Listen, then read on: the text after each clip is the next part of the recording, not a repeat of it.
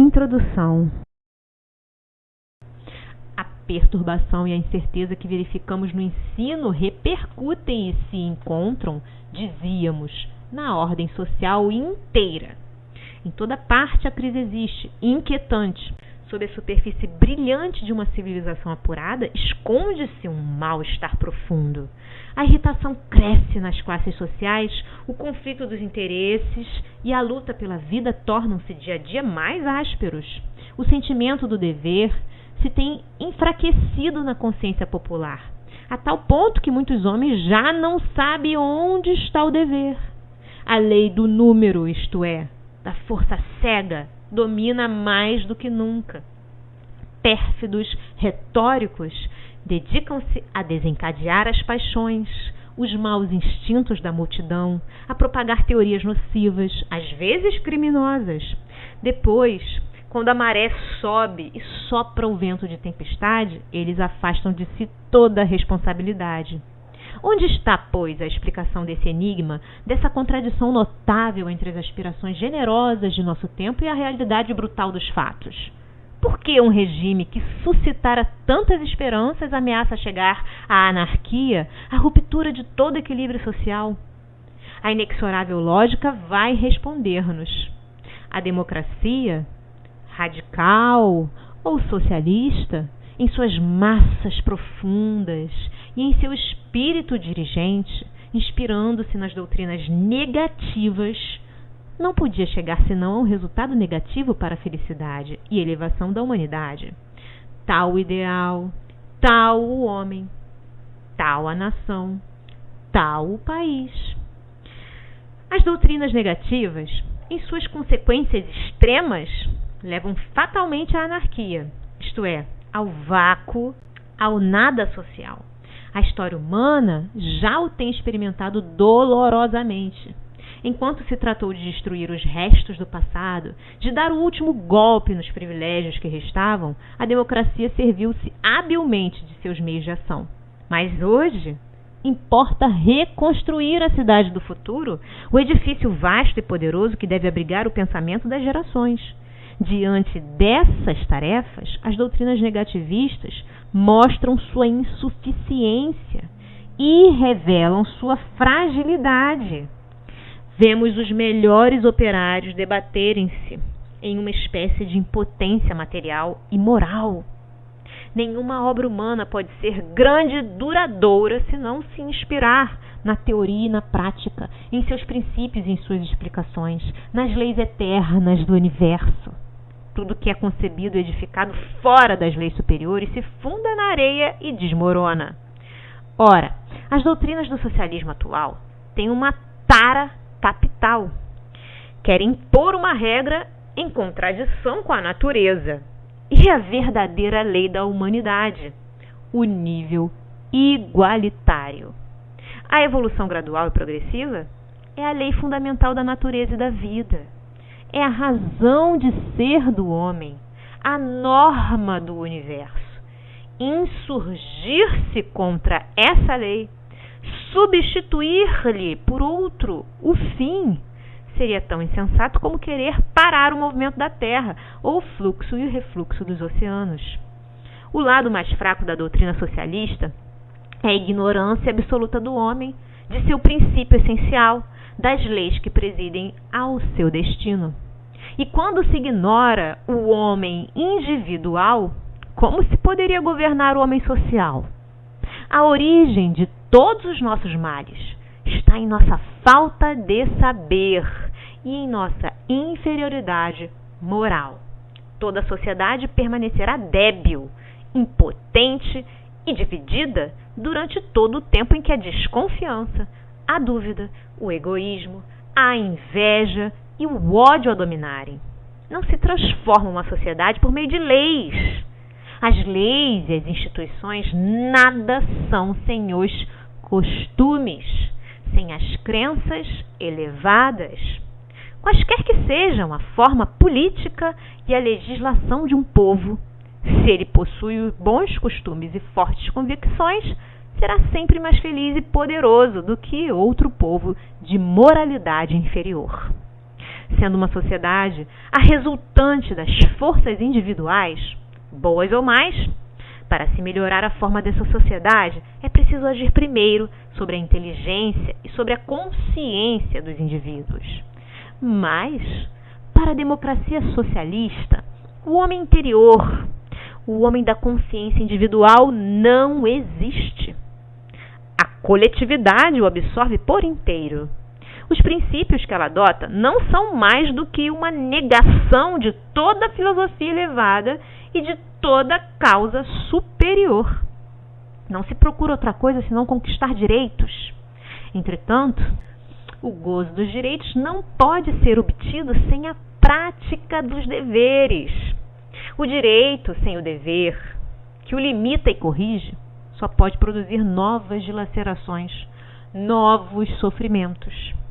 Eis porque o impulso formidável do socialismo não faria senão deslocar os apetites, as ambições, os sofrimentos e substituir as opressões do passado por um despotismo novo, mais intolerável ainda.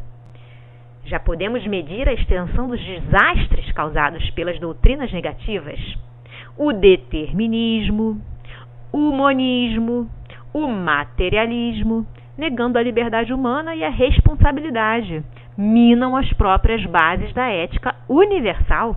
O mundo moral não é mais que um anexo da fisiologia, isto é, o reinado, a manifestação da força cega e irresponsável.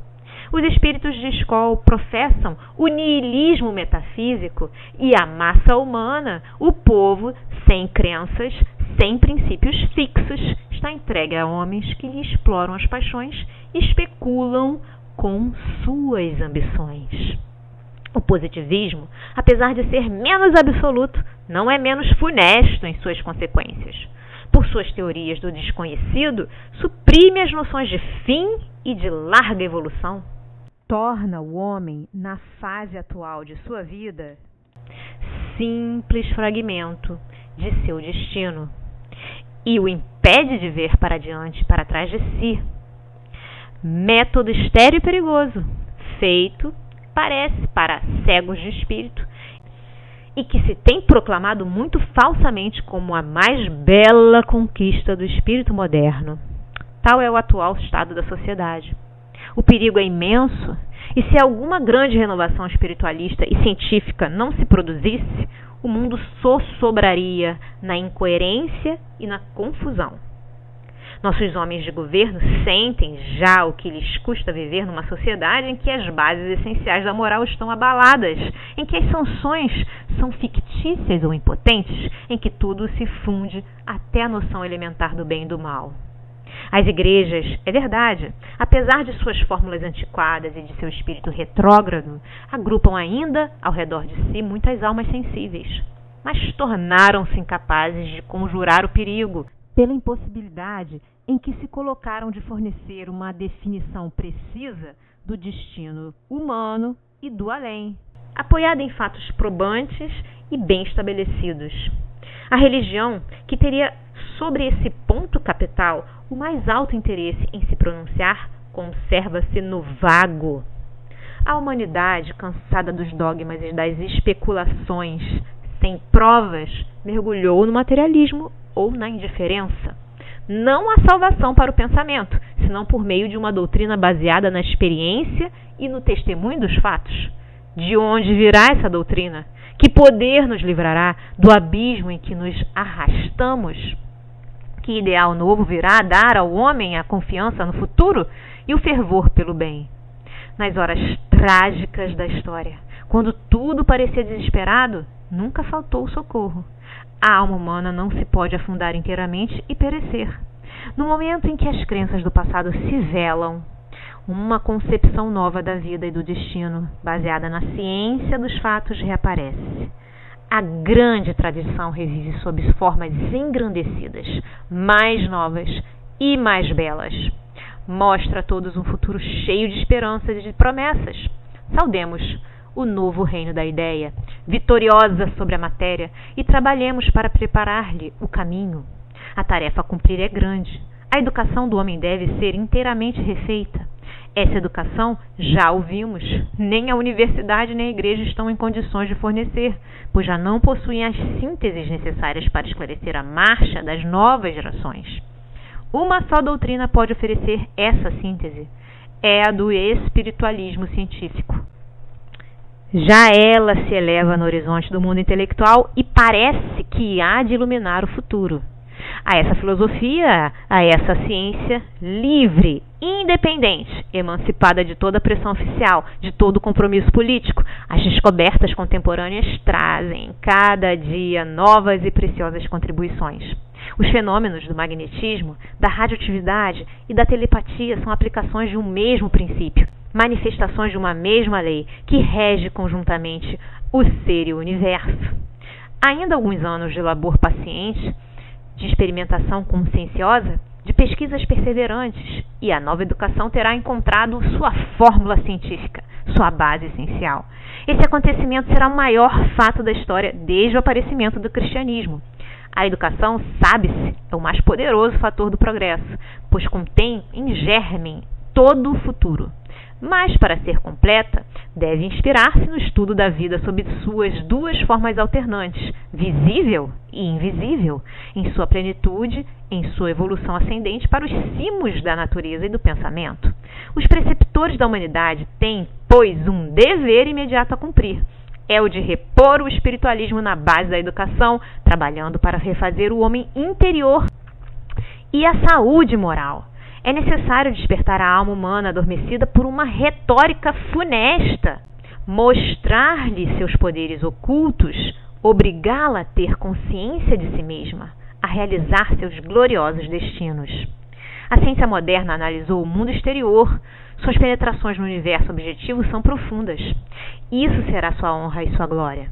Mas nada sabe ainda do universo invisível do mundo interior. É esse o império ilimitado que lhe resta conquistar. Saber por que laços o homem se liga ao conjunto. Descer às sinuosidades misteriosas do ser, onde a sombra e a luz se misturam, como na caverna de Platão. Percorrer-lhe os labirintos, os redutos secretos, auscultar o eu normal e o eu profundo, a consciência e a subconsciência. Não há estudo mais necessário. Enquanto as escolas e as academias não o tiverem introduzido em seus programas, nada terão feito pela educação definitiva da humanidade. Já vemos, porém, surgir e constituir-se uma psicologia maravilhosa e imprevista, de onde vão derivar uma nova concepção do ser e a noção de uma lei superior que abarque e resolve todos os problemas da evolução e do movimento transformador.